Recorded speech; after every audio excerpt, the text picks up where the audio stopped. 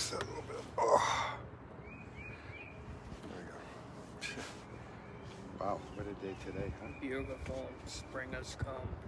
Yeah, it rained a lot yesterday, all day yesterday, right up until this afternoon, and the sky broke. Well, I hope the wind doesn't affect this, but Tanzanina, Kanipuit, Wampaske, Mikasini, Guanapio, many blessings to all my relations in the four directions. I'm John Gonzalez,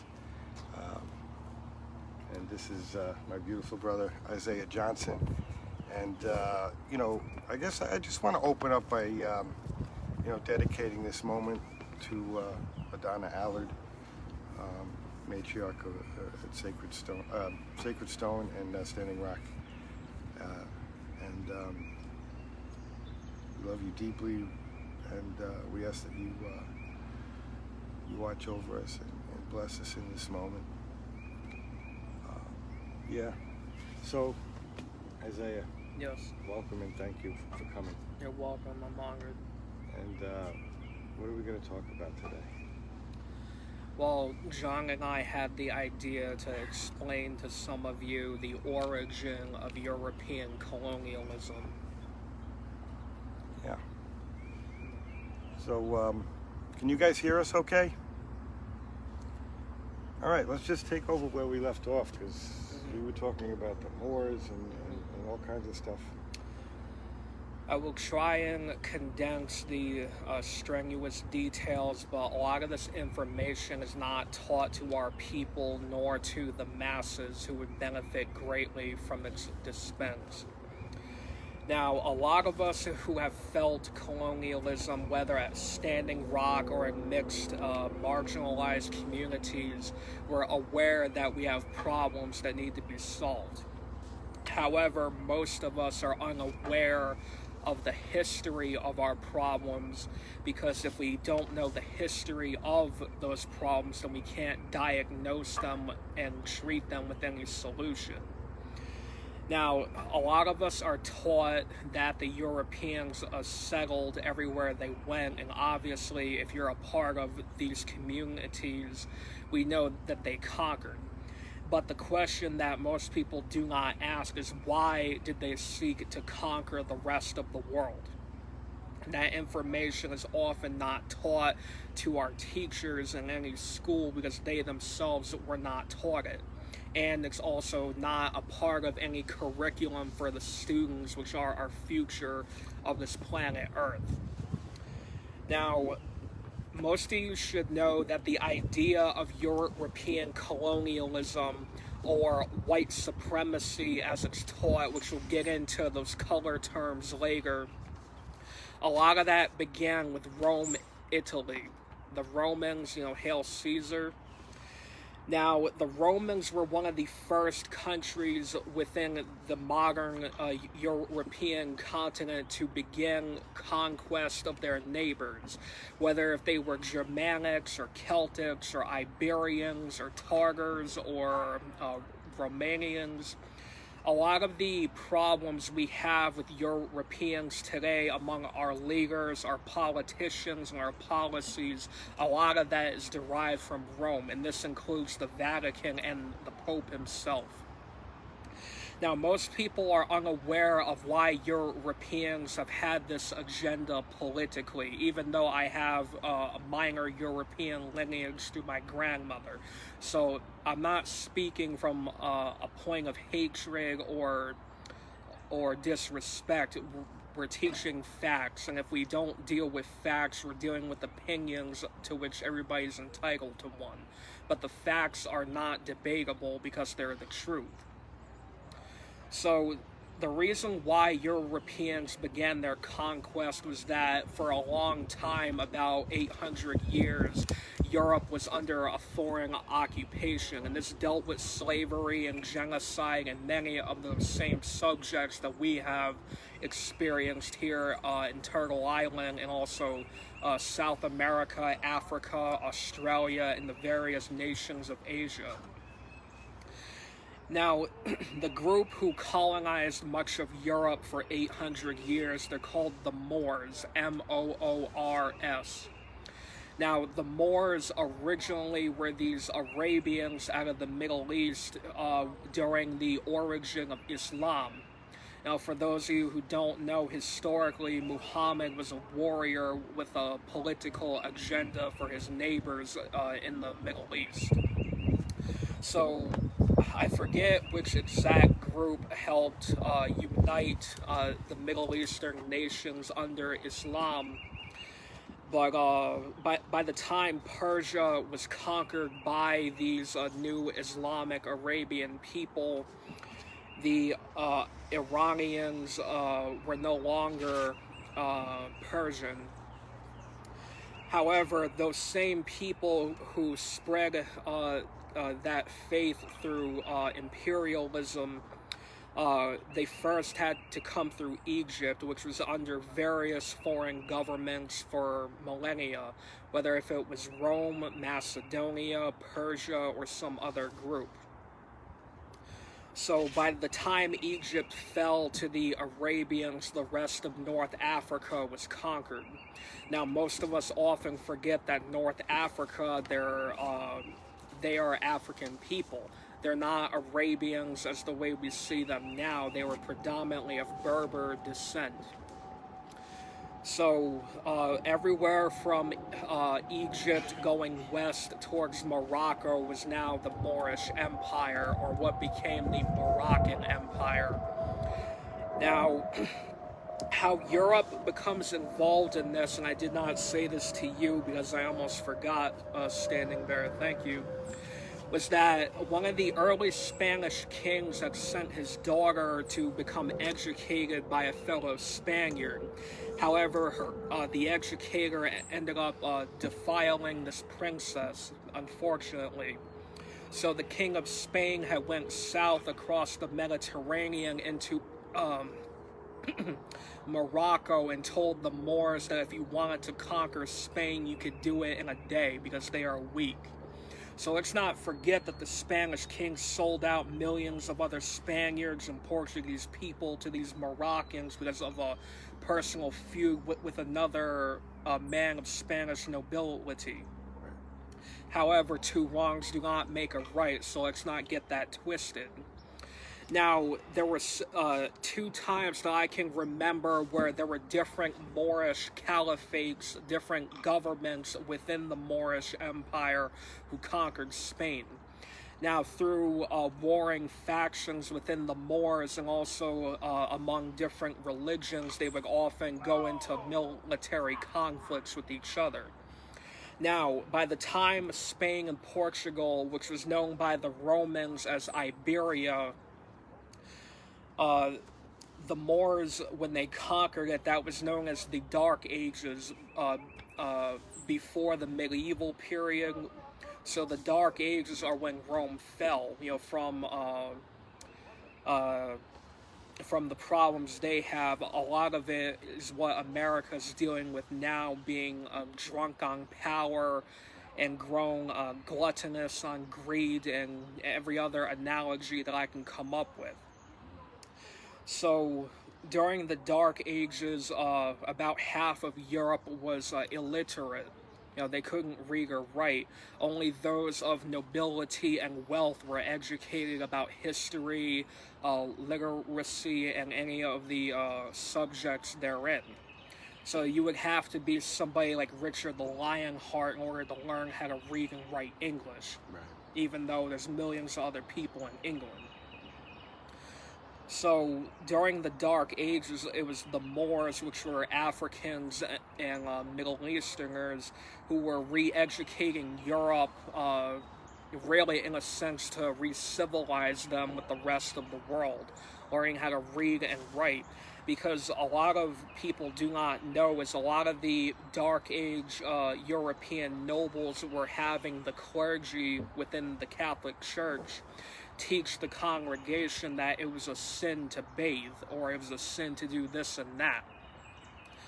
Now, the Moors looked upon the Europeans and they genuinely felt bad, But that still did not stop the Moors when they conquered Spain and Portugal from enslaving the Iberian people and selling them throughout the southern and eastern Mediterranean world. So let's not forget that the Moors were also imperial colonizers, as was Rome. So by the time this is going on, Spain is becoming very wealthy, very prosperous. The wealthy areas in Europe that were ruled by the Moors were often called the Yetta. Now, other Moorish territories under that empire included Malta and also Sicily, which is part of Italy. And where I'm going with a lot of this is why we have dark-skinned Spanish, Portuguese, Sicilian, and Maltese people, because they're mixed with African and Arabian. Now, by the time 1492 comes along, what I spoke about previously in our last episode was the Romans rose up again, even though they were only a fraction of the strength they once had. They aligned themselves with King Ferdinand and Queen Isabella in an alliance under Christendom to expel the Moors out of Europe, thus banishing Islam from Europe with it. By the way, Kate says it was also a sin to read. Sin to read? A sin to read. Oh, really? I did not know that. Yeah. Ay, ay, ay. So thank you for making my point. But this is where we get the colonization of the Americas. Because if it wasn't for the Moors being expelled from Spain and Portugal, Christopher Columbus would have never had his campaign to begin with. Now, what most people do not know is that it was the Pope, yes, the Pope of the Vatican, the head of the Catholic Church, who gave Christopher Columbus, Cristoforo Colombo, the legal right to colonize any land he found as long as it was in the name of God. Now, we're not going to get into, preaching scripture or anything like that, but we're dealing with historical facts. Now, winter and spring of 1492, the Romans and the Iberian people, Spain and Portugal, expelled the Moors back to Morocco. It was that summer and fall that the arrangement with Christopher Columbus began, and they sent him across the Atlantic in search of India. Now, this is why we have a lot of the problems we do today with colonialism, because the Europeans were colonized. Much of Southern Europe was under foreign occupation with many of the same inhumane treatment that they were given to everybody else, whether if they were African, Middle Eastern, Indigenous American, Australian Aborigine, Pacific Islander. This idea of colonialism in the name of some god that was taught to them. Now, let's not forget that in Europe, it began with Rome, but their idea of how they were doing things now, that all comes from the Middle East. Saudi Arabia, Persia, Iran, Iraq, Syria, Israel. That was brought into Africa and then up into Europe. So you could say we're all guilty of having the same agenda, because even our people in the Americas, whether if they were Mexican, Aztec, Maya, Inca, they had kingdoms, they had imperialism in their own way. A lot of people forget that the Mexica, they were like the Rome of the Americas. King Montezuma, he was the most powerful man in North America. But we also forget that a lot of our people, whether if they were particularly Tlaxcalan, a rival city-state to Tenochtitlan, they rebelled against the Aztecs, but they chose to pay fealty to Spain under whichever king and queen they had at that time. So our people are historically complicit with a lot of our own oppression, as are Africans and the other colonized people under European rule. So if we're going to keep complaining about how the Europeans mistreated us, we must also keep in mind that many of our forefathers and foremothers were complicit in that scheme.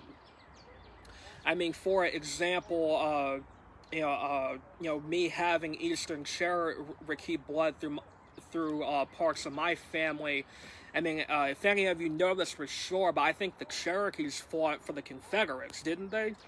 I'm not sure. Yeah, but I think you're right. yeah, but Yeah. but that's my point. Is like, whatever bold lie the Confederates gave to whatever southeastern indigenous people, that if you choose to fight for us to enslave these darker people, then we can work something out. Now, obviously, that was a bunch of hogwash that we all know because we can see through that. But the idea that Europe during their Dark Age reverted back several centuries and demonized education. I mean, what did you expect? I mean, for example, when the bubonic plague happened, they weren't bathing. So when all of that bacteria and famine and all this stuff was happening, I mean, about half of Europe fell to the plague. And we wonder why we have the coronavirus now, because people aren't paying attention to taking care of themselves. And when we lose that many people, that's a national tragedy. It doesn't matter who they are. Yeah. Now, we were talking earlier about certain misnomers about having been lost. I was having a talk with Phyllis Young from Standing Rock, and what she said is that India didn't exist in the 15th century. Certainly not the name, and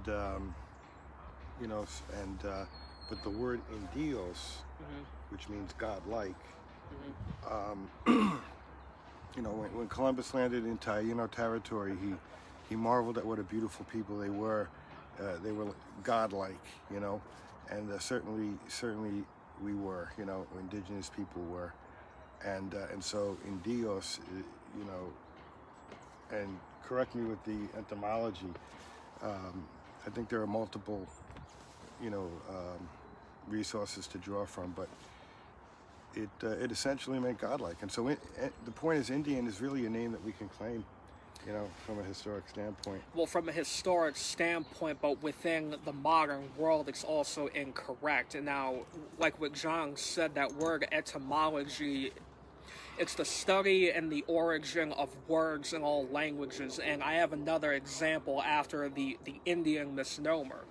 Now, of course, there were many nations. Exactly. You cannot lump all indigenous peoples as Indians. I mean, but exactly. But it is now used in all of our federal legal treaties and everything else. Exactly. There's a reason for that, and I'll explain in a little bit. So by the way, this is my beautiful brother Isaiah Johnson, and he is a knowledge keeper, and you're my nephew, is what you are. I'm an old man, but it's always an honor to have you here. He's going to bless us with some flute music, native flute music, in a little while, and you are Cherokee and Narragansett. Yes. And I'm sure everybody would like, at some point, an explanation about the turban. And I think that would be a great historical point to touch on, too. But please continue. All right, because all this stuff it all goes in a circular pattern, because this shows like how slick those colonizers were by messing all this stuff up. Now, going back to the Indian thing, there was there was a Comanche man who I know who at one time was a lodge master for one of the Freemasons. I know, right? I mean, no disrespect, but it's funny when you start having indigenous people working in secret societies. But yeah, but the going back to the Indios term, this is where you get Hold that, nephew. I'll be right back. Keep going. Yeah, this is where you get the demonym of Indian, because think about it, Indios, Indian. Now, what a lot of people don't know is that if you look up the etymology of the word indigo, the demonym for that is also Indian, which means dark-skinned people. Now, what Standing Bear was saying earlier, that for when he was talking with a friend of his, that India did not exist in the 15th century. Well, yeah, the name of the country India did not exist, but one of the oldest names for India was Perot. Now, when the Europeans were affiliating themselves with the modern Indian people of India, they called it Hindustan. Stan meaning land, Hindu land. Now, Hinduism is one of the oldest religions in the entire world. It practically is one of the most diverse and complex forms of polytheism, because they had multiple gods under Brahman, who's the all-knowing creator, to the Hindu people. Now, during the British colonization of India, that's when they started calling it India. It was no longer Hindustan. And there are many different details that I don't know that I'm paraphrasing here. So if any of you have information, type it in the comments somewhere. But the problem is that we can't have 3 different groups of people called Indian. Now, the problem with that term is that it applies to these different groups of people. So indigenous Americans to this day have been called Indian, and often when I wear my turban, people ask me, like, are you Indian? Like, like that kind of Indian with the turban and, playing sitar or something? Or are you one of those reg Indians wearing feathers in their hair? You know how... You just heard me say something stupid like that, which is often a reason why a lot of our people are confused. Is that we often overlook the sovereign people of the Indian subcontinent that is India, but we allow our own people to be calling each other Indian, and often when we have immigrants coming from India, there's more confusion. It's like, well, what kind of Indian are you? Are you the red Indian or the brown Indian? Well, the problem is there's no such thing as brown people, red people, white, black, brown. We're all human. And I'll get into something else on why that colonial color system is still messing everything up, even in these modern progressive movements. But the point is, Indians come from India. And often the rest of the world, when they refer to indigenous people, they're not calling us Indians. It's elementary school simplicity, people. To the rest of the indigenous people who are watching this, we're not Indians. And the reason why our tribal governments keep labeling us as Indians is because when they're dealing with those broken treaties by the federal government, they made those treaties with Indian people, not indigenous people. So why are we still trying to appeal to these broken treaties that are referring to us by a wrong name, because Indians are not indigenous to North and South America? Seriously, think about it. Every tribal government, in the United States, is guilty of this. How they print Indian on the tribal flag, or when they're dealing with the federal government, they refer to themselves as Indian. Now, are we also going to overlook that historically in this country, whenever the term Indian was used, it was used in a derogatory manner? That when they were going out committing massacres like Rosebud and Wounded Knee and the Great Swamp, they were still calling us Indians, because they did not want us to be a sovereign people. Now, the idea of colonialism, of course, it's complex, right? But indigenous people, who are also called indigenes, indigene synonym. No, not synonym, sorry. A singular for indigenous person. Indigenes, plural for indigenous people. Or a synonym for that would be aboriginal and aborigine. But even with the African people here, which is most of my bloodline, we were taught a lot of the wrong things about who we are. Now, for example, going back to the etymology, right? I'm going to pull up something that I share on Facebook and Instagram. So let me find it. All right, now remember, etymology is the root and the origin of all words in every language. You can look this stuff up. Now, have any of you been confused as to why African people are called black? Go on. I know some of you have, because we're not black like the nighttime sky. We're more brown, which is also mostly incorrect. Now, the word black, going back to its European origins, because remember, black in the English language is a European word. English, England, Britain, Europe. Come on. Now, I'm going to read this to you word for word. Now, you can look this stuff up if you don't believe me. Wait, John's coming back. Wait. Oh, thank you. It's salsa water. Oh, cool. I'll have it. Salsa with Tony. Good. Any with Tony. All right, so just to clue you in, the whole etymology thing, like what we were talking about, the term Indian. So, what do you think the word black means in its original form, and when it was applied to African people? You are the etymologist. Now, let's not get this twisted. I'm not a master of anything. I know a few things that would help solve some of our people's problems. I'm not a master of anything. I don't hold any title in our community. I'm just me, and that's all I want to be. So, the word black in the English language, a European word. You ready for this? Yeah. All right. You have been warned, everybody.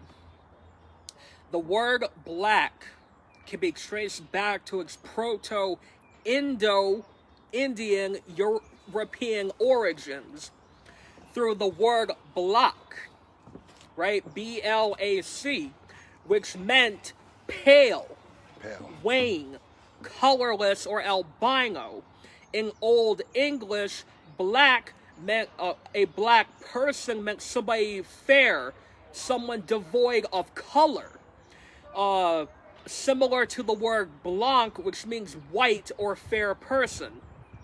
So you mean to tell me that these Europeans have been colonizing everybody, they're the black people?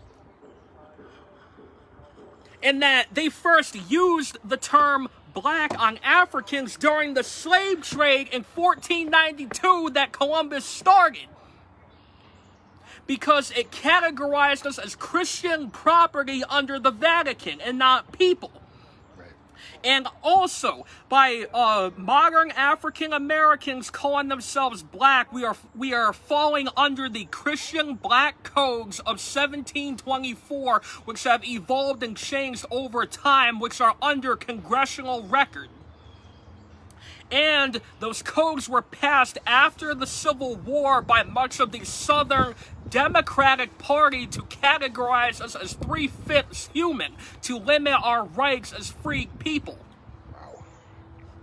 So, and where I'm going with this is by using this color system of black, white, brown, yellow, and red, not only are we dehumanizing each other and stripping each other of our name, our title, our nationality, our culture, and our continental bloodline to any of the 7 continents, but we are also preserving racism through colonialism. So this is why I will not answer to being called black, Negro, colored, Indian, or anything like that, unless it falls under those colonial codes to categorize us as cattle.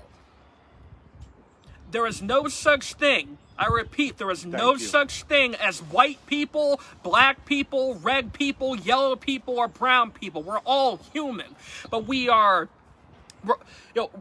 different pedigrees. We're African. We could be North American, South American, Australian, which most people forget because they look a lot like Africans, Middle Eastern, East Asian, or European. And then the other group is Pacific Islander. You know, like Hawaiian, Samoan, Tongan, Fijian, Maori. So why is it that we're going to resort to dividing people like crayons instead of treating each other with the human decency that we all should have by right of birth? Come on. Let's see what Kate has to say. Rome never fell. It just moved into the Vatican. Hence the Vatican, Rothschilds, bankers, and councils of Nicaea formed an unholy alliance in the 1200s. As a basis of NWO to conquer the world through debt, slavery, under religious control. 1500s Pope Ignatius Loyola introduced the Jesuit order into the Vatican. 1600s Sebastian Zivi incorporated Babylonian I lost it. Maybe because she added to it. And dark mysticism into all organizations, religions to control the people. By the 1700s, Jacob Frank incorporated the dark art of satanic Illuminati into the Sebastian Freemasonry system. By late 1800s, this is long. Why should I? Okay, if you guys go to the comments, you can read that. But you want to address that? All right, but going to the Vatican thing, you know, something else you all should know. How many of you are familiar with the Niceno-Constantinopolitan Creed? You all know it by another name. Roman Catholic Christianity. Niceo, the Council of Nicaea. 325 AD. Yep. Also, Constantino, Emperor Constantine, who made the Roman religion Christianity, politician, creed, religion. Now, what a lot of people don't know is that the Council of Nicaea, they're the ones who decided which scriptures would be included in the New Testament. Right. Now, what a lot of people don't know is that the Holy Bible is derived from the Septuaginta, also from the Old Testament, which is the Torah, and also going back far enough to the Egyptian Book of the Dead. Now, what a lot of people forget, not that I'm bashing Christians, don't get it twisted, but a lot of Christians forget that it was Rome who killed Jesus, right? Yes, the Romans were the ones who crucified Jesus, and it was Emperor Nero who crucified St. Peter. You know, after the Roman fire, because he needed a scapegoat, and so he blamed the Christians. Now, what a lot of us forget is that Christ and the 12 disciples, they weren't Christian. They were, which is often called Jew, but in Hebrew, it's Yahudi. You know, a lot of Middle Eastern people and North African people were not Jew, were Yahudi. That's a bloodline. Now, the other misnomer that goes along with that is Hebrew. Because most people think of Hebrew as being Judaism. No, Hebrew is a bloodline. It's Hebrew, which is Hebrew, right? Now, we're also forgetting that, Let's not forget we got to throw a song in. Yeah, exactly. I'll make it quick. So, what I was about to say is that, for the longest time, the Hebrew language did not have a symbol that meant J. Neither did Aramaic. So the guy's name, who's the prophet, could not have been Jesus, because the name Jesus is pronounced Jesus, which is derived from Greek. Because we also forget that Greece was a Roman colony for a long time. In fact, Rome stole much of their religion from the Greeks, right? And in fact, if you translate Jesus into Hebrew, it's Yeshua, right?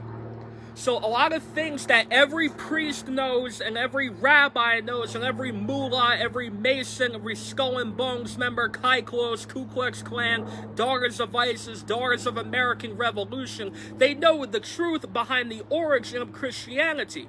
That a lot of these Roman Catholics are not worshiping Jesus and Mary, they're worshiping Constantine and his mother. Yeah.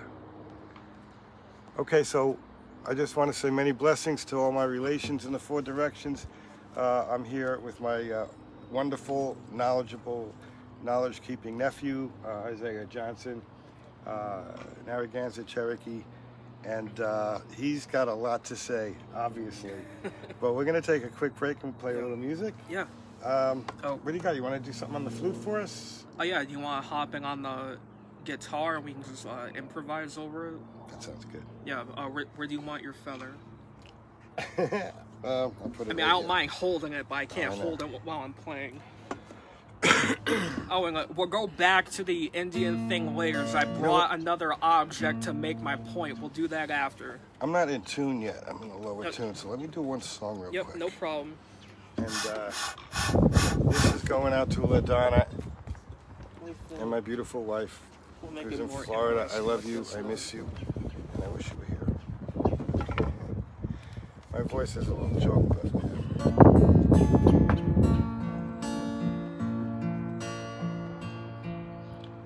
give, always give what you can, even if your allies draw lines in his hand, and dig, always dig a little deeper. Sometimes it's hard to be my brother's keeper.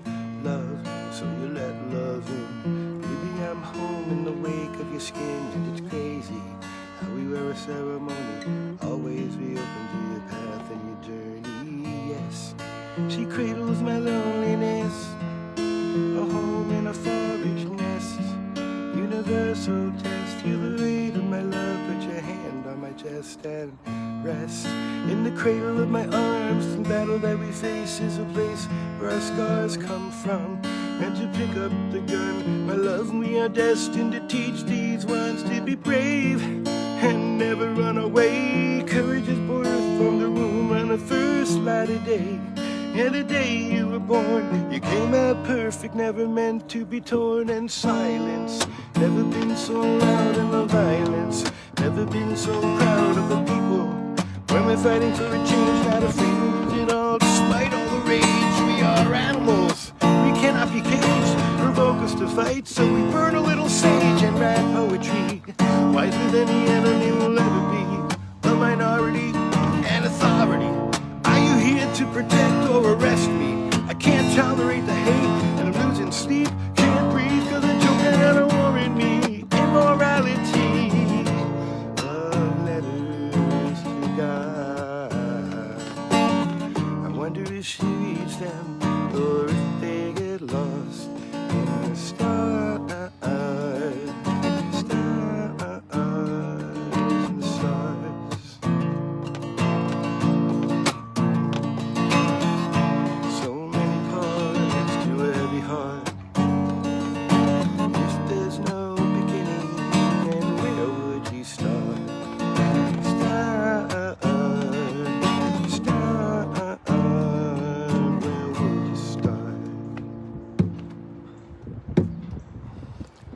Souls, so we carve them in the story totem poles, cause we're always searching for a certain goal, a pattern in physics of rose. Don't believe all you're told and open up your fist. The misconception you can fight like this and praise. With the power of prayer, if God's on our side, we can take the stairs to the heavens. Flipping through my chapter 7, I live with the snakes in the great deception, no court in this country for men who steal from the mother on paper with pen. And we're tripping down a red dirt road and we're asking, is this the way we should go? Kissing soft top feet of my goddess, we walk the earth, baby, yeah, we got this focus. And it's redirected, grateful, and I'm resurrected, stubborn, but I know the way. Through the skin on my drum, to your rhythm I will sway. Take my hand, I will lead you astray. We will not go gently to the darkest of days. Grandma's here, and she says persevere. Take a walk in her marks, take a trail of tears, and our fears are the same as they ever were. Peers, not the pain of a Holocaust years. Always mobbing in motion, maybe, baby, be an islander in ocean. Your arches, how they bend and contract on my conscience. Never slip through the grip of my thesis, and my theories are shining in your presence. Deliverance, yeah. Love letters to God. I wonder if she reads them, or if they get lost in the stars, in the stars.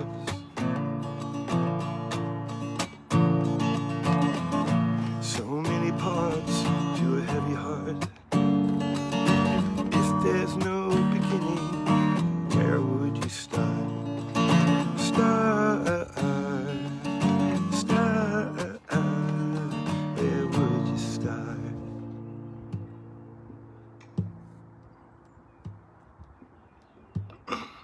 That's for Donna. Of course. Oh, Take a little bit of okay. I only brought 2 flutes, but I'll begin on this one. Without the long rabbit trail, this is a Central American drone flute. So you would find this in the Aztec and Maya territories. I'm not sure if the Inca had it in Peru. But the idea is you have a long side and a short side, and they're of harmonizing keys. The long side is the lower, and the short one's the higher. But with this one, you play with both hands, and you have 2 sets of bottom holes. Okay, a quick sound check.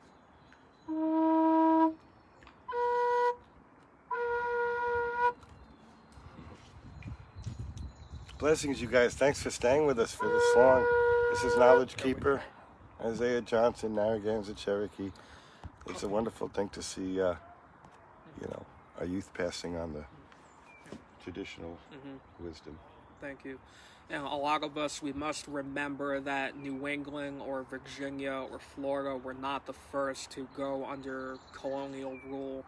It was John's people, the Taino, and then going into Central America, and then going both north and south as time went on. So let's not forget our siblings south of the border. You're welcome.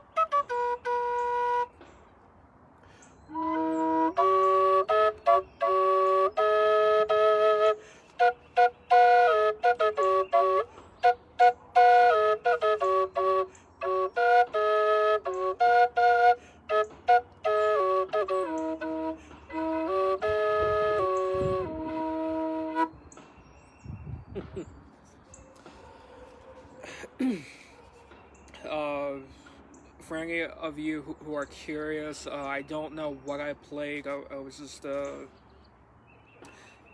improvising, but the beauty of these types of flutes is that you're getting two complementary keys, but to make it effective is you think of it as two separate flutes. Think of them as being different people, and every call and response is a conversation. A phrase here, a reply, a question and answer, a phrase and a refrain. You know, a lot of these flutes that I have, this is the only one where I wouldn't say I go off into outer space, even though I do that at home, but I think of the two halves as being two separate people, and I don't normally bring this one out. Last year when I first got it, I was still learning how to play it, but now that it's been a year, I've grown it into it, and it's become easier than last year.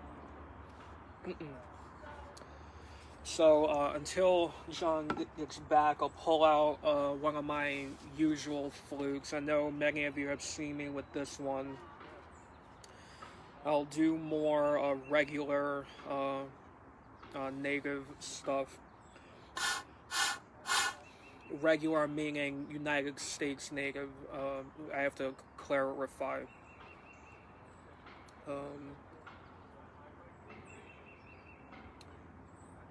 Yeah.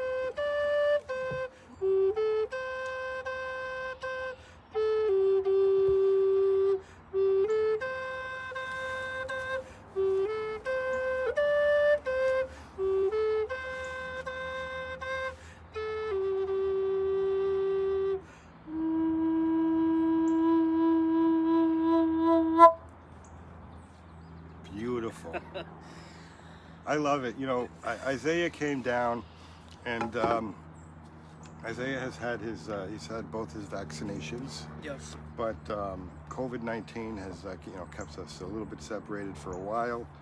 So it's so good to have you back. You know, Of that course. you come to visit me. I love coming over here. Yeah. This is your hour, man, because we have so much to catch up on. And I want to thank everybody for tuning in. For those of you who just arrived, we are raising Indigenous voices, and this is Isaiah Johnson, who is Cherokee Narragansett, and he's young, but he's a knowledge keeper. And you know, when you get to such time as you're an elder, you know, you better stick around with us for a long time. Yeah, I mean, for example, back in the fall, there was one youth organization out of Providence who, obviously, November here in America, you know, we think of it as Indigenous American Awareness Month. However, most of us know it for Thanksgiving. So the staff, most of them are probably younger than 40. They asked me, Isaiah, is there any way that you could give us the origin of Thanksgiving? And I told them before we did it that none of the information is pretty. Obviously, I still have all of my notes, and I'm not going to read through them all because we don't have time for that. But you know, honestly, after one, they wanted another one the week after for another group of kids, and every one of those teenagers were horrified. You know, and you know, one of the last questions they asked me, well, obviously we're not going to keep bringing this up to our families, but you know, we don't want to acknowledge Thanksgiving for what your people have gone through. You know, and the fact that you just took 45 minutes to explain to us the horrendous origin of it, going back to Christopher Columbus and before the Mayflower, and those kids were receptive to it. And the fact that, you know, many of them have Latin American blood who also did not know that they have indigenous descent, you know, that's their birthright to know that, because their ancestors went under before mine did, you know, John's included. So the fact that the youth, through many of these I'm trying not to be political here, but these leftist-oriented groups, they want the knowledge to be out there. Now, for those of you in Rhode Island, there's a bill trying to get passed by the Rhode Island Republican Party to ban divisive topics in our schools. So the teachers could not teach about Thanksgiving or the American Revolution, Civil War, Black Panther Party. Nothing controversial. Nothing, because the Rhode Island Republican Party it goes back to the whole, and I hate using this phrase, the whole white guilt thing, because as I said earlier, there's no such thing as white people, but they don't want the Europeans now to keep feeling guilty for what their forefathers did. Now, I can understand that, but if we start suppressing knowledge, we get really the rise of fascism, which really, if you haven't noticed, America has always been a fascist country. They're like the treatment of indigenous people, of African people, the Asian internment camps, the COINTELPRO operations, and all these leftist groups back in the 60s. America has always been a fascist country. Do not get it twisted. You know, Uncle Sam may have the Stars and Stripes, or the rebels down south have the Stars and Bars, but those are two fascist parties who fought for control of the United States. Because for those of you who don't know, a reservation is a concentration camp. Everything, the Germans learned came from not only Spain and Portugal with the conquistadors, but also the Americans, who had the audacity to want to go stop the Nazis when they were doing the same thing in the lower 48. I mean, hell, indigenous people weren't even granted American citizenship until 1924. And we've been here for millennia. Come on. So, again, it has to be taught. All of this has to be, dispersed amongst the public.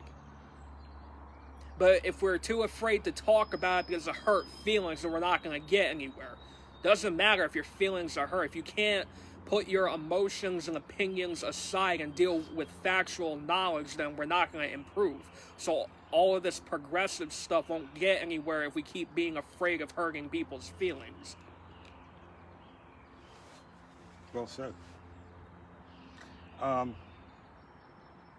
So, yeah, for those of you who are just tuning in, this is Isaiah Johnson, Navajo Cherokee Knowledge Keeper, and it has really turned out to be a beautiful day here today. I want to remember my family, my Wampanoag family in the Wareham, Carver, Plymouth area, who are fighting hard along with many allies to protect the coastal Pine Barrens Forest, one of three, only one of three left in the world, and with a very fragile biodiversity. I want to send strong blessings out to Melissa Ferretti, chair lady of the Herring Pond Wampanoag tribe, and my family at North American Mega Dam Resistance Alliance, my family in Pemichikamak territory, Cross Lake, and we're living in hard times. A lot of us have lost friends and family, and this is a time to heal on this Earth Day. Let's remember that Mother Earth gives liberally to all, without discrimination, and let's all try to come together in a good way. We have the knowledge, we have the medicine, that good medicine that we take with us, and we have the technology to turn things around. These big corporations, they need to use their technology and machinery for good, and we need to stop clear cutting the forests and running oil underneath our water supplies and aquifers. We need to respect indigenous sovereignty, and implement much of what has been said in the United Nations Declaration on the Rights of Indigenous People, which has been a venue to bring things before the global community. And so we're in Narragansett territory here, and we were talking about Columbus and about history. I want to thank you, Isaiah. Do you have anything else you want to share with us before we close? Oh yeah, there's one last item going back to the Indian misnomer, and what I'm about to show you, I'm not a violent person, I don't believe in that, but when we have these military items and they're meant for education, that's different. I'm not encouraging violence or retaliation or vengeance or anything like that. Alright, so again, I wear a turban because a lot of my Cherokee forefathers were given them by the British because the British were occupying India, right? So with that in mind, Indian people wearing turbans, alright? How many of you have seen one of these before? Yes, it is a sword. In India, it's called a talvar, which is Hindi for sword. It's just the Indian variant of a scimitar. They were using these during the Indian mutiny, really against the British Raj, the British endorsement of the Indian crown. So the Indian mutiny were these rebels who wanted to make India independent again from Britain. Now, obviously, that effort failed because it was Gandhi who helped get the Indian independence from Britain. So it's not that war does or doesn't work. We're not arguing that. But again, this is a literal sword. This was made in India, by a man named Shiva Joshi, right? So how is it that something like this is often mistaken to be used by, our people, right? So like when people think of a tomahawk axe, they're thinking Indian, right? When they see this, they don't even know what to think. It's like, What the hell is that thing? Like a Muslim sword or something? No, it's a talvar, Hindu sword, right? Mughal, Rajput, the different Indian tribes of the Indian subcontinent. So, again, like, I'm not gonna shut up about that misnomer, because when you have stuff like this that clearly differentiates indigenous people from Indian people, like, the only result for people to keep messing that up is ignorance or a lack of knowledge, right? And yes, I know the irony of my Cherokee forefathers literally wearing Indian turbans from the Indian subcontinent, but we adopted those to adapt but remain the same, right? Sequoia, Tachi, and all the other Cherokee dignitaries from the colonial period. They didn't have anything like this. No soldier, like, on American grounds ever had a sword from India and carried it off, like, to battle like that. If you were from the Punjab or New Delhi or in the Indian Peninsula out on the ocean, you would be familiar with this. Indigenous people did not have swords like this. This is a literal Indian sword. So what excuse do our people have to keep calling ourselves Indians when there's items like this that clearly dignify the Indian people? Come on. Beautiful. I'm done. No, you're not done. We got to talk about more. There's 38 people here that want to hear more. Oh.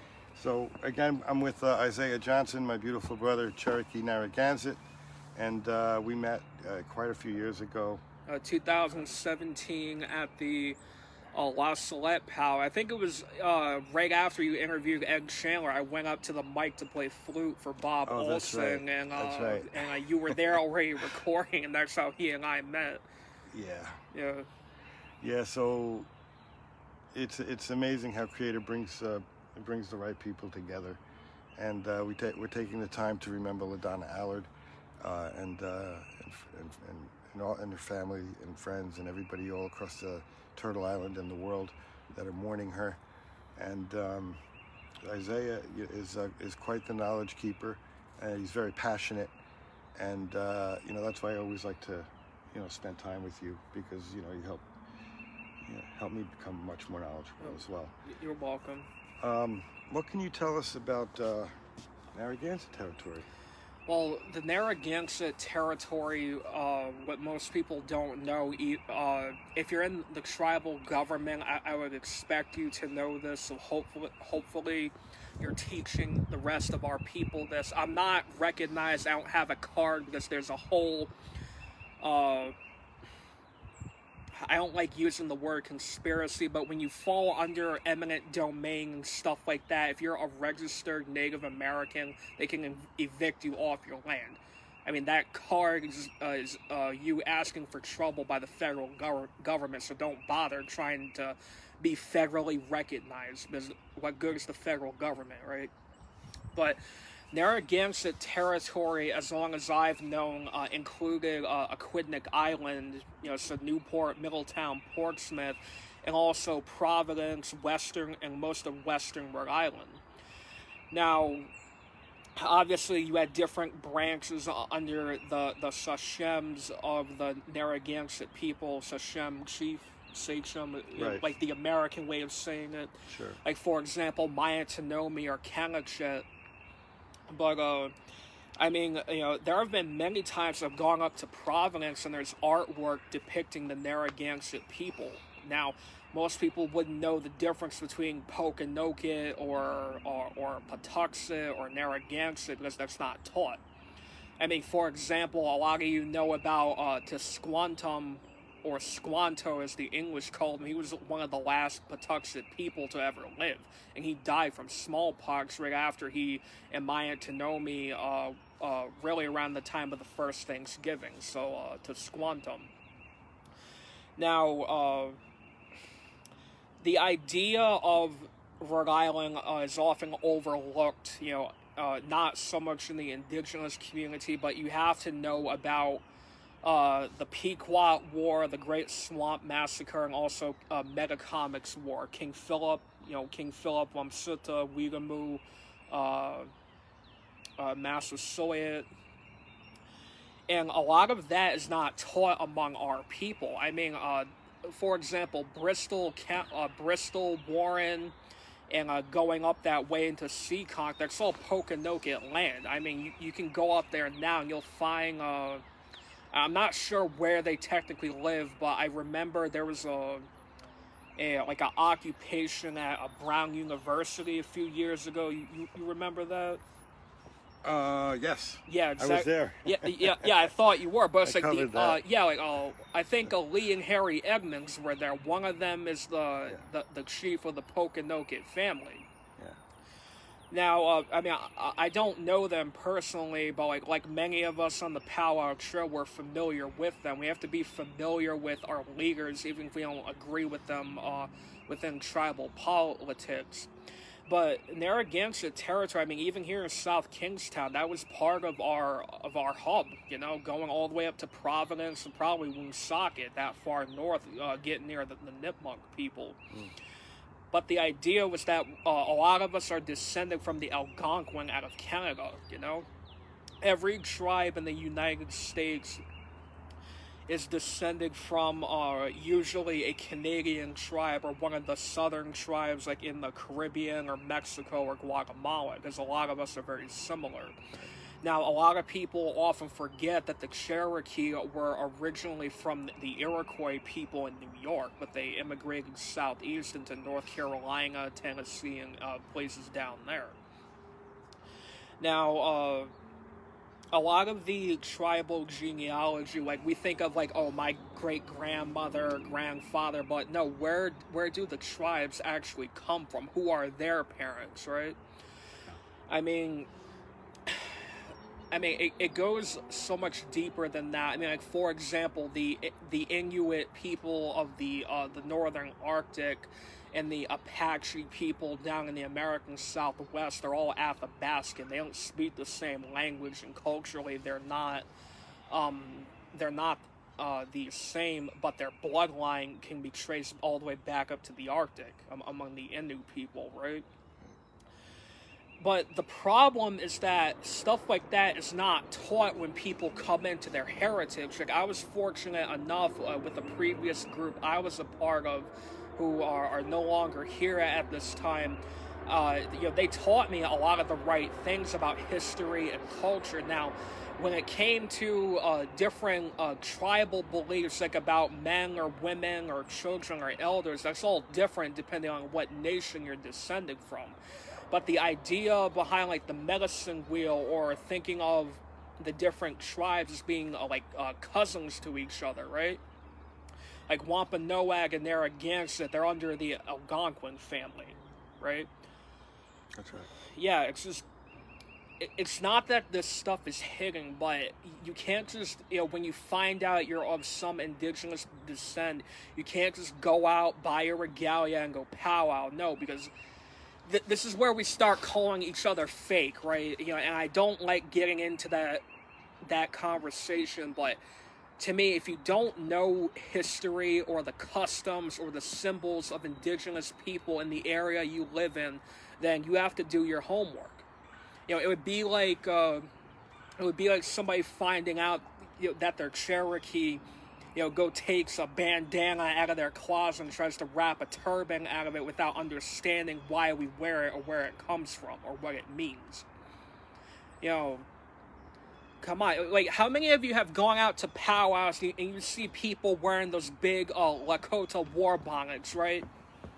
And they're not a representative of those nations, whether if they're Lakota, Dakota, Nakota, Teton, or any of the Sioux people. And they're out there wearing a sacred headdress, a war bonnet, because they think it looks cool when they didn't earn any of the feathers on it. And they're also disrespecting the people who have a bloodline lineage to that piece of regalia. But also, they're spreading the Western movie stereotypes that all indigenous people, we're all Lakotas, we're all Teton, we're all Sioux, we all wear the same, flowing headdress with the bison horns on it, right? And yet you talk to any historian who knows what they're talking about, they know that that's false. The Narragansett people didn't have teepees. Most people on the East Coast did not have teepees, right? However, if you, like John being Pemigewasset, that's their thing. They had teepees. If you were Lakota or any of the Sioux people or Kiowa or Comanche, you had teepees, right? But you go into the Southwest, like Arizona, New Mexico, and northern Mexico, you had hogans, right? You go further south than that, you had big stone buildings in Tenochtitlan or Teotihuacan. Or going into Guatemala, you had Tikal, and just, it goes so much deeper than that. So why is it that our people aren't educating ourselves about our own identity, and yet we're out there calling each other fake or calling each other Indian and this and that, when we don't even know our people's pedigree or our history, right? So it's so important to know who you are. Exactly. But, I mean, that would be like somebody calling you Arawak instead of Taino. Right. They're not the same. Right. Many nations. Yes. Many traditions. It's the same thing for our Mexican siblings, right? No, it's not Mexican, it's Mexican. Mexican is American, Mexican is Spanish, Mexican is the Aztec word for it. So the X and the I is pronounced with an SH sounds Mexican. Bless you. So when I think of Mexican people, I'm not thinking of people from Mexico City. I'm talking about the indigenous people of northern Mexico. And they're not all Mexican. Some are Totonac, some are Tabascan, some are Olmec, some are Zapotec. It's like, not all Mexican natives are Aztec. Like, come on. Becky says, who's the quiet guy? Listen, let me throw a little twist in this. Go ahead. Talk to me about the doctrine of discovery. I mean, I remember the first interview you and I did, that was one of the questions you asked me, the doctrine of discovery, eminent domain. And its impacts. Yeah, but it's like, all right, so going back to what I said earlier about Rome, the Vatican, the Pope, and the Niceno-Constantinopolitan Creed, the doctrine of discovery was literally legislation that you could claim somebody else's land as long as you did it in the name of the Christian God. It's like everything I just said about the origin of Christianity being literally a imperial conqueror, a creed, and yet, these people are surprised on how the American government would pass the doctrine of discovery, right? And also, with eminent domain, why is it that the federal government can come evict you off of your land if they need that property when you can have your entire deed set up and your lineage on that property? Oh, but if they find, the black gold underneath your property, they evict you off of that. So, like, remember what happened at Standing Rock? You were there, right? Yeah. So they're trying to pass oil originally through Bismarck, North Dakota, where the predominantly European people of Bismarck rejected it and forced the Sioux at gunpoint to reject a piece of machinery that already failed before it was even up and running. That's right. It was already leaking, people. So the federal government already broke another of their damn treaties against the Standing Rock Sioux.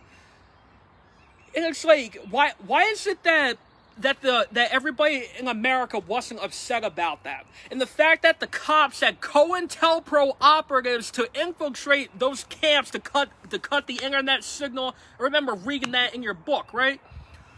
So it's like, everything that the federal government has done, they've been doing like for decades now. They learned that from J. Edgar Hoover, one of the first directors of the FBI, who with Robert Kennedy, the brother of John F. Kennedy, they're the ones who began that COINTELPRO program, right? So they were infiltrating, the American Indian movement, AIM, who was it?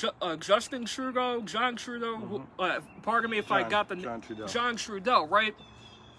They infiltrated the Black Panther Party in Chicago with Bill O'Neill. That's how Fred Hampton got assassinated. They infiltrated the Nation of Islam under Elijah Muhammad, who had Malcolm X assassinated. They whacked Robert Kennedy years after JFK. So all this stuff, like going back to not just the doctrine of discovery, but all this other fraudulent legislation that is often illegal under the American Constitution, and the whole country is not in an uproar about that, right? Like, you know, they try to pit us against each other. Oh, it's all those, like, you know, hippie, you know, Indian liberals out there on the res. Like, you know, they don't even understand that if we pass that pipeline, we're gonna bring them, you know, riches and crap like that, which is all false, right? But a lot of us forgot. I remember reading in your book that, you know, that both Donald Trump and Hillary Clinton had, like, stock invested in the Dakota Access Pipeline.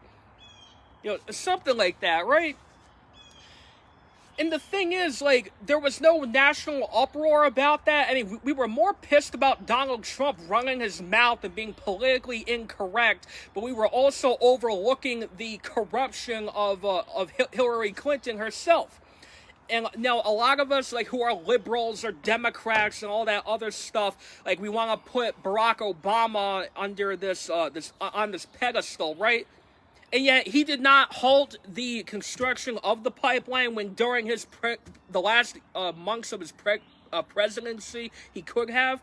And yet he had the audacity to pass the rights of indigenous people. So it's like, you know, WTF, right?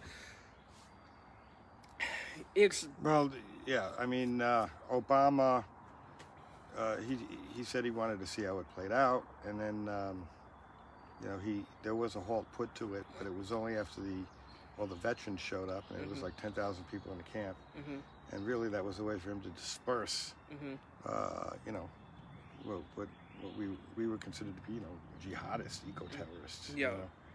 And you know, to a great extent it worked, and the camp did begin to empty out in December. Yeah. You know, so, I mean, don't get me wrong, yes, Barack Obama was the first, you know, African president, I get that. But the thing is, he was as corrupt as, you know, as George W. Bush and Donald Trump himself, who we just got out of, and who we now have Joe Biden. But the thing is, most people don't even know that after George W. Bush left office, Barack Obama, you know, he often increased more drone strikes on the Middle East than Bush did. And in fact, it was proven that Donald Trump outdid Obama by 330%, you know, by bombing, you know, the Middle Eastern world, right? So it bothers me that one, there's a lot of dishonest journalists out there who have this information and they're not dispensing it to the public because mainstream media is a corporate entity.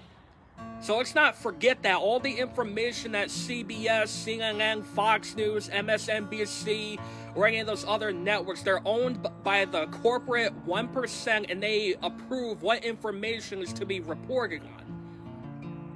Why do you think Standing Rock was never on a mainstream network, right? I mean, the Young Turks did it, and that's an independent network. That's right. You have to start waking up, people, and look at what the truth is. You have to look for it first, and that's if you want it to begin with. You who are on the road must have a code that you can live by, and so become yourself. Because the past is just a goodbye. Teach your children well. Their father's hell is slowly going by. And feed them on your dreams. The one they picks, well, the ones you know by. Don't you ever ask them why, if they told you you would cry, just look at them sigh and know they love you.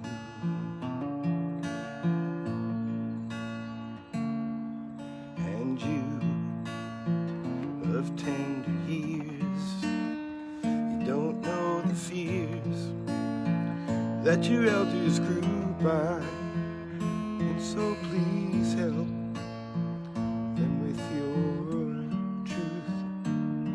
Seek the truth before they can die. Teach your parents well, the children's hell slowly go by, and feed them on your dreams. The one they picks, well, the ones you know by. Don't you ever ask them why, if they told you you would cry, just look at them and sigh. Oh my, and know they love you.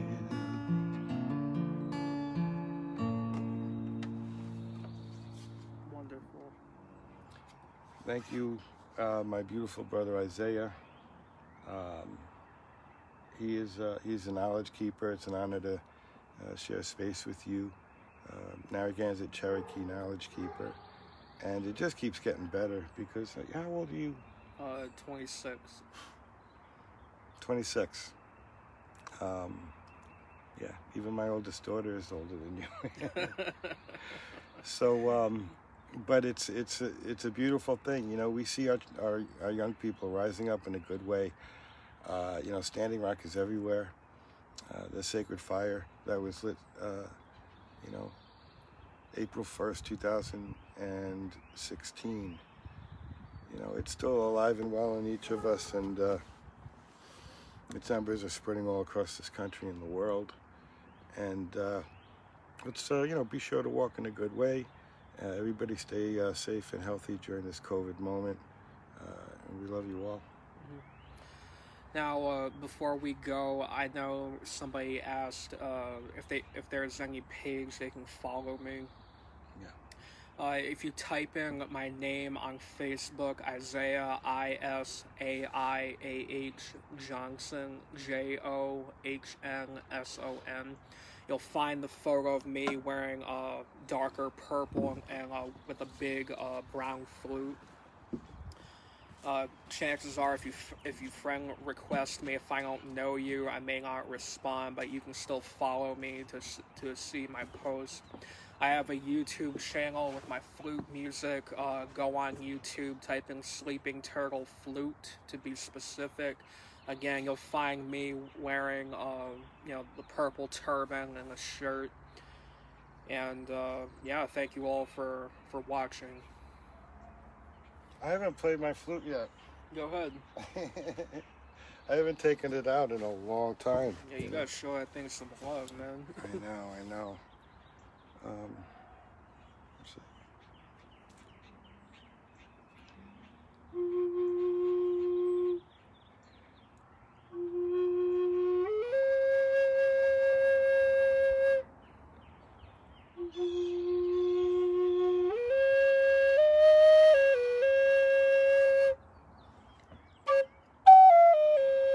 Oh man. Go ahead. It's like, make these little mistakes. That's why you got to keep it up. Okay.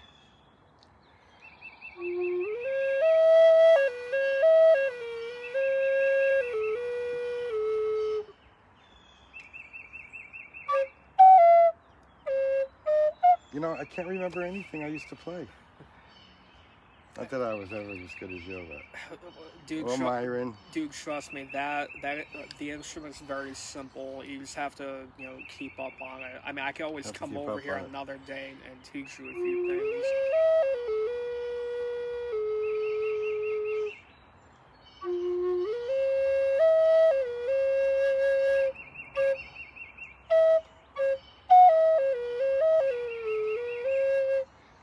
I remember now because I got to keep this hole closed. Yeah. Yeah.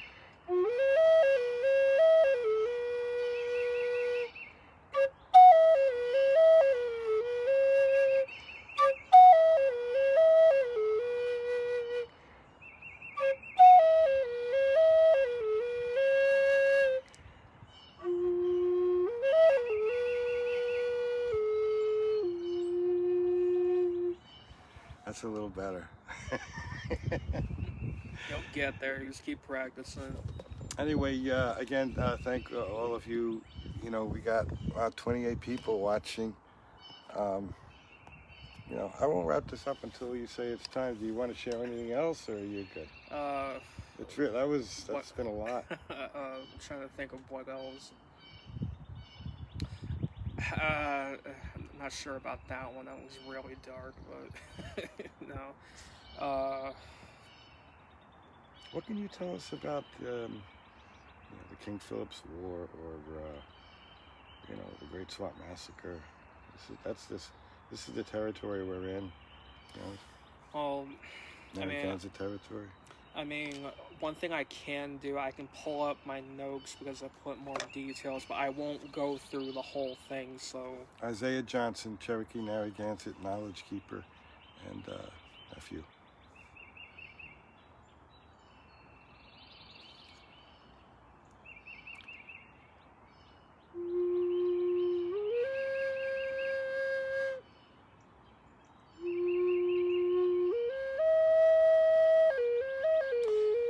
Alright, I'm ready when you are.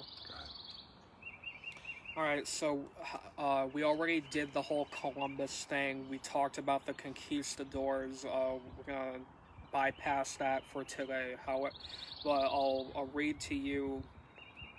They're not long paragraphs, but I hope you're all paying attention. Jamestown, Virginia was the first English settlement in the USA in 1607. That's the Powhatan territory. Now, the most famous Powhatan that we know is Pocahontas, but that wasn't her name. Her Powhatan name was Mataoka.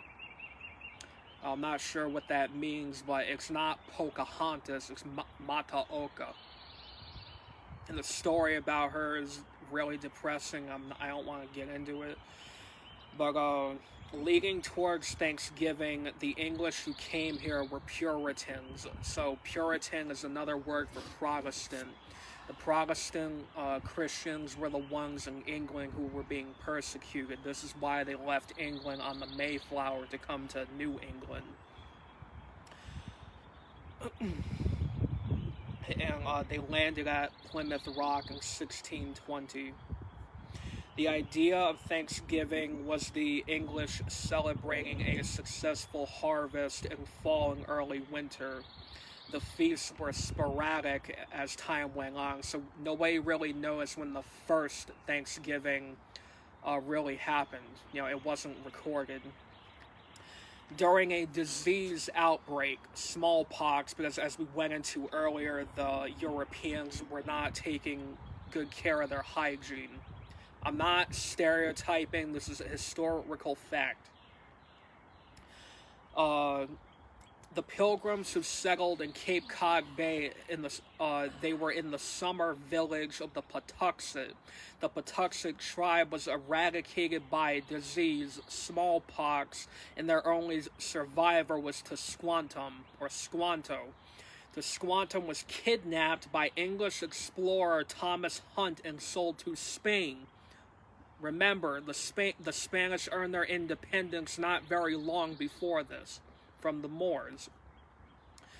Yeah, it was during that time, as a slave, he traveled throughout Europe and learned to speak English.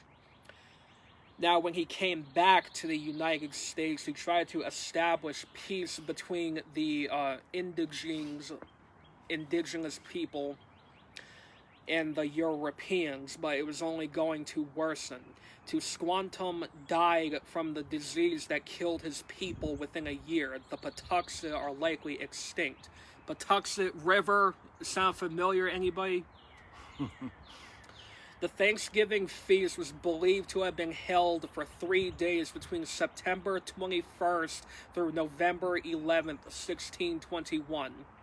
Food was shared with the Pilgrims, conquerors, by Tisquantum and Massasoit, the great Sachem of the Wampanoag Confederacy. He was Pokanoket. After the first Thanksgiving in 1636, a war among the Europeans and their indigenous allies erupted. The Pequot War is one of the first wars to be fought in New England, namely Massachusetts, Rhode Island, and Connecticut. Now, pay attention to how messed up this stuff is, considering the tribal alliances that were going on. The English were aligned with the Mohegans and the Narragansett tribes. Yes, the Narragansetts, right? And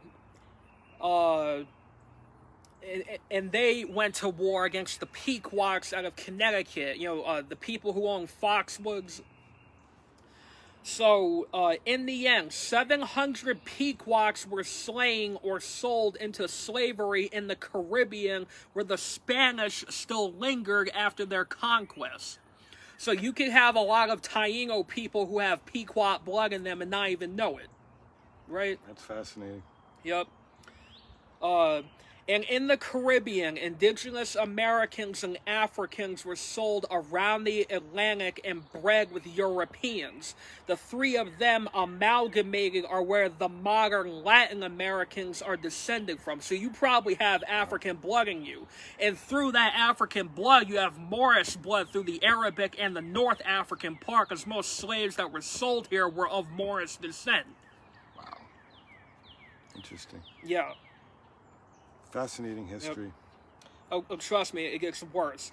The Pequot War, like all wars before it, was the continuation of Europe's global conquest and thus sprouted European supremacy in North and South America.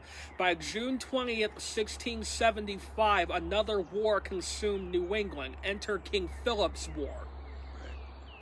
After the Pequot War, the English colonies of Plymouth, New Haven, Massachusetts Bay, and Connecticut established a formal military. On May 19th, 1643, they became the New England Confederation. You ever hear that in your school history class, that the first European military here in the United States was the New England Confederation? No, right? No, I didn't know that either. Interesting. Yep. During the years of King Philip's War, the English with their Mohawk and Mohegan allies fought against the Wampanoags, the Narragansetts, the Nipmuc, the Pocumtuck. Between 1660 and 1662, Chief Massasoit passed away between the ages of 80 and 90. His cause of death remains unclear. His son, Wamsutta, who the English knew as Alexander, succeeded him. Wamsutta, during his lifetime, married the Pocasset Lady Chief Weegamoo Woods in Tiverton. Weegamoo would become a great ally to her brother-in-law, Metacomet. Metacomet married Weegamoo's younger sister, thus making them double in-laws. Political rumors arose that Wamsutta was conspiring with the Narragansetts to attack the English. In 1662, Wamsutta was accused of independently negotiating land sales. The English marched him to Plymouth at gunpoint and imprisoned him for 3 days. He died of a sudden illness before his release. Many natives believed he was poisoned. After his death, the title of chief and the sachemship passed to his younger brother Metacomet, King Philip. Right. King Philip's War, like the Pequot War, displayed Europe's merciless agenda in their thieving of land, resources, and people. Native Americans, like other marginalized groups, were sold into labor, militaristic, and sexual slavery. Wow.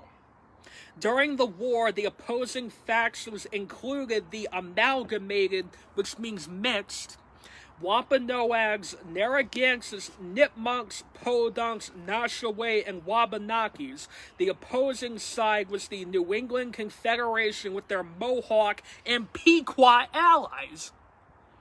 Did anyone forget that the English helped decimate the Pequot and sold them into slavery like 20 or 30 years earlier than that? Wow. What kind of crap is that?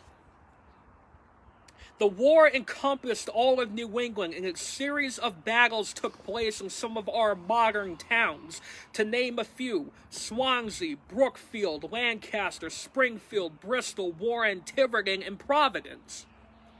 Many future towns held battles, though few are remembered or recorded.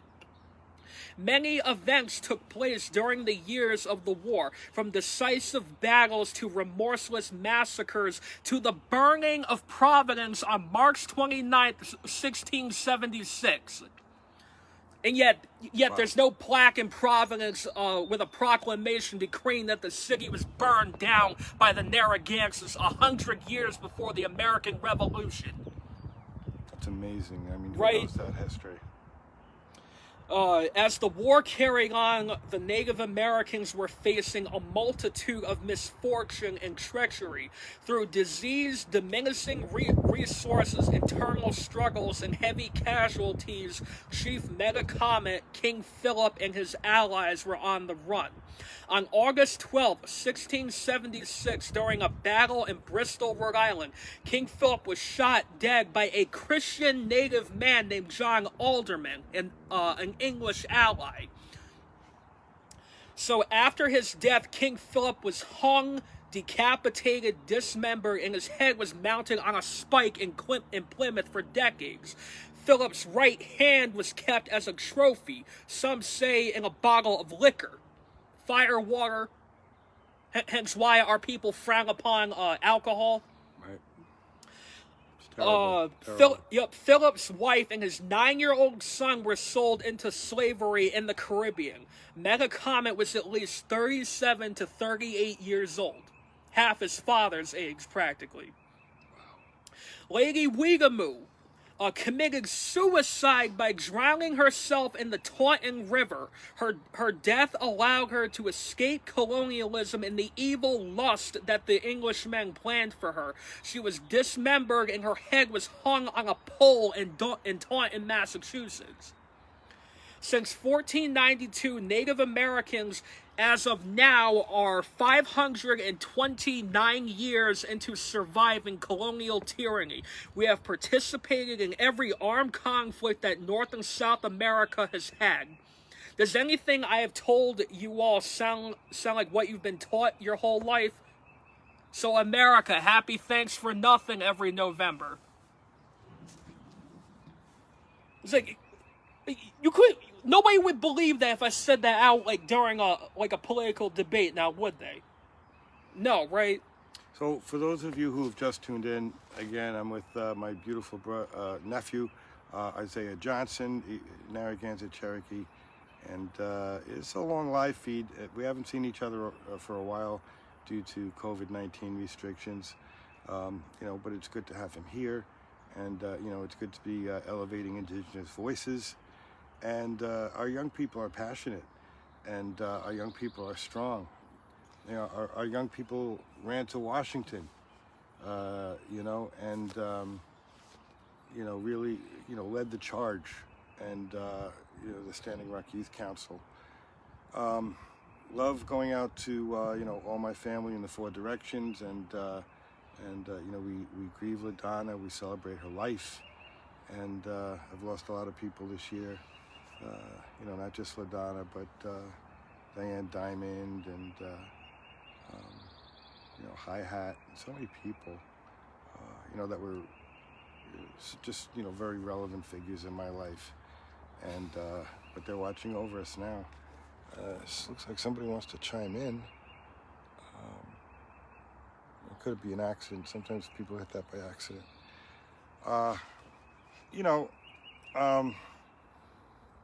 yeah, I don't want to leave people on a terrible note. Yeah, I know, right? We're surviving 528 years of near genocidal extinction. Next year, 2022, is 530 years. 530, yeah. Time just keeps rolling along. Mm-hmm. And back in 1492, Columbus, he landed in Taino territory. He marveled at what a beautiful people they were, their language, their mannerisms. They never stopped laughing, he said. And I think it was less than a year, he came back with an armada of 17 ships, enslaved the people, made the people dig the mountains hollow for gold. And when there was no more gold to be found, people were dismembered and brutally killed. Many Tainos killed their children and then themselves to escape colonialism. So there's a lot of historical trauma. People are healing. We need to learn to celebrate life. I mean, that's what I learned out at Standing Rock. It wasn't, pointing out all the doom and gloom, but it was walking in ceremony and prayer and celebrating the life we share in and through one another. It's a little more difficult now in this COVID moment, to get out to sweat lodges and get into ceremony. But, be ceremonial wherever you are. Be sure to smudge and light that cedar or sweetgrass. Pray for these corporations that would really rape and pillage Mother Earth. But have fun, connect with each other, even if it's virtually. Check on your elders, and remember it's a warrior that carries the water, and lights the fire. So I love you all. Be sure to share this out to your groups, and you will hear more again from my beautiful brother Isaiah Johnson. Thank you again. You're welcome, my mongers. Blessings, my brother. Blessings. Niruchoni, Lord is life.